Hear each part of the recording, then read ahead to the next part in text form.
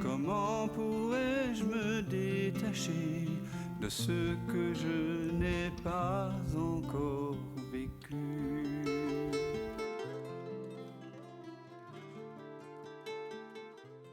Je peux intervenir.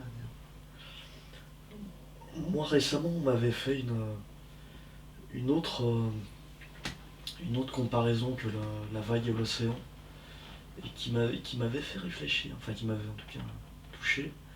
C'était que l'idée de l'éveil n'était pas forcément de dissoudre la goutte d'eau dans l'océan, mais de se rendre compte que l'océan est dans la goutte d'eau, quelque part, et qu'il y a une sorte de magie là-dedans. Ça retourne un peu la manière dont on a l'habitude de concevoir, un peu, au moins intellectuellement, la chose. Oui, il y a toujours ce double aspect de notre être, qui est à la fois connaissance et amour. C'est Nisargadatta Maharaj, que beaucoup d'entre vous connaissent, qui a été un maître posthume pour moi, qui disait quand je vois que je ne suis rien, c'est la sagesse, quand je vois que je suis tout, c'est l'amour. Donc ce que tu dis, ouais, c'est ça, c'est reconnaître la vacuité que je suis, cette paix, cette plénitude en chaque forme. Mais parce que c'est moi, parce que je la goûte à 0 centimètre. Il n'y a pas de séparation. Donc oui, on peut tout à fait voir que l'océan se goûte à travers les vagues qui vibrent en lui-même. Que la conscience se goûte en elle-même au travers d'une colère, d'une irritation, d'un désir, d'une perception visuelle, auditive, gustative.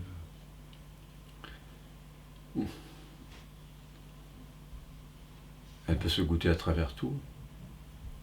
Il y a quelques jours, j'étais invité au 60e anniversaire de mariage de mes parents, et c'est très rare que j'ai la chance d'être invité à un dîner où le maître d'hôtel vient nous expliquer les différentes saveurs. Il y avait une dizaine de plats comme ça. Et c'est vrai que quand on goûte une saveur, sans savoir, il y a une jouissance incroyable, une plénitude. Et j'ai mieux compris les amoureux de la dite grande restauration. Maintenant, on peut aussi vivre cette intimité avec une carotte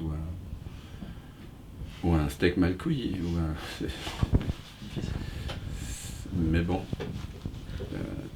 tous les sens et la pensée peuvent être goûtés à 0 centimètre, puisque ils apparaissent essentiellement à la conscience à 0 centimètre. Et donc la vie peut vite devenir d'une sensualité incroyable, si on va par là.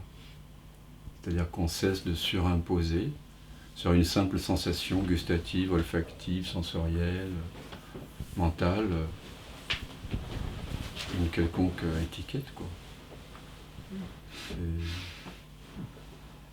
On est plongé en fait dans un océan, enfin, on est plongé, disons, dans une intimité incroyable à chaque instant, mais peut-être que nous ne le réalisons pas toujours, et que le satsang, c'est l'occasion de se rappeler que tout apparaît toujours à 0 centimètre de moi, de ce que je suis. Non pas d'âne, mais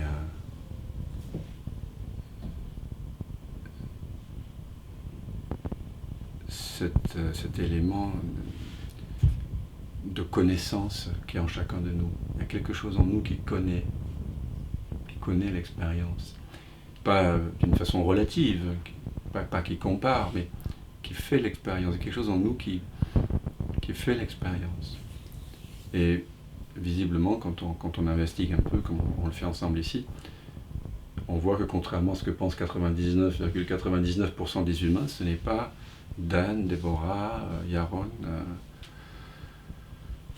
clairs qui faisons l'expérience. Ce n'est pas l'organisme corps mental qui fait l'expérience. Puisque les sensations,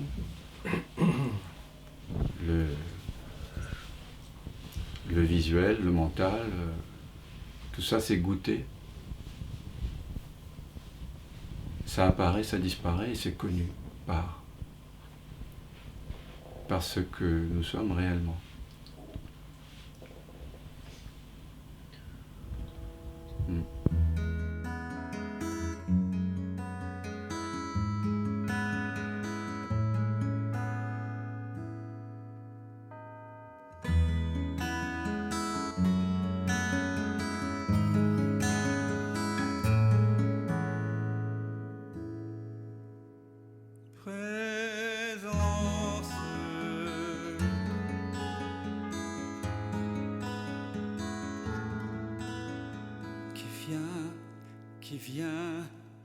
Qui vient de l'absence,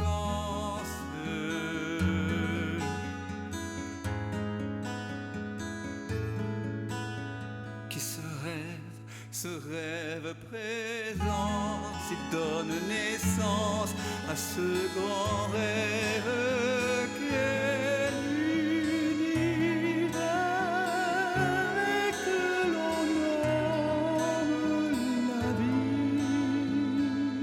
Mais la vie, c'est quoi? C'est quoi? La vie n'est que danse, évidence de l'unique présence. Et tout prend naissance en toi qui jamais ne commence.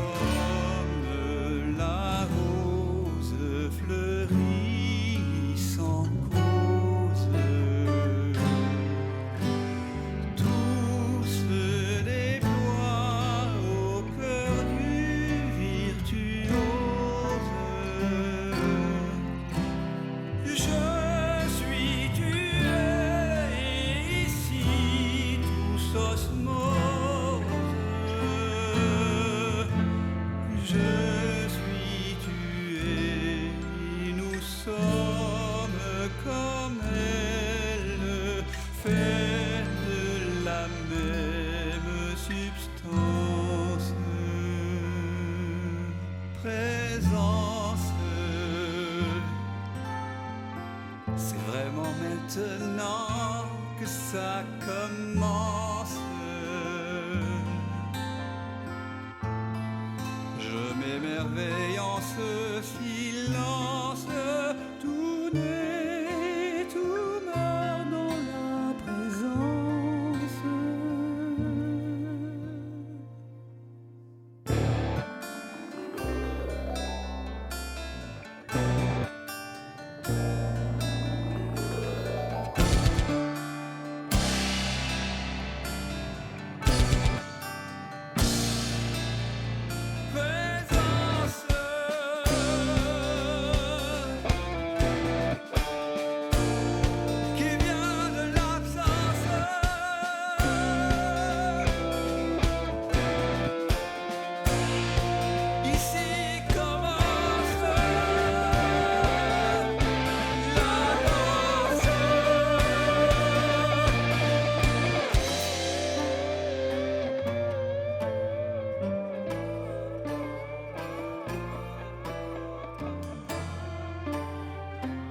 J'ai tant cogné à ta porte pour te connaître, vérité.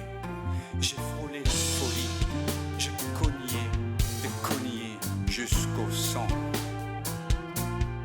Un jour, la porte s'est ouverte et j'ai su que j'avais frappé de l'intérieur. C'est le mystère infini de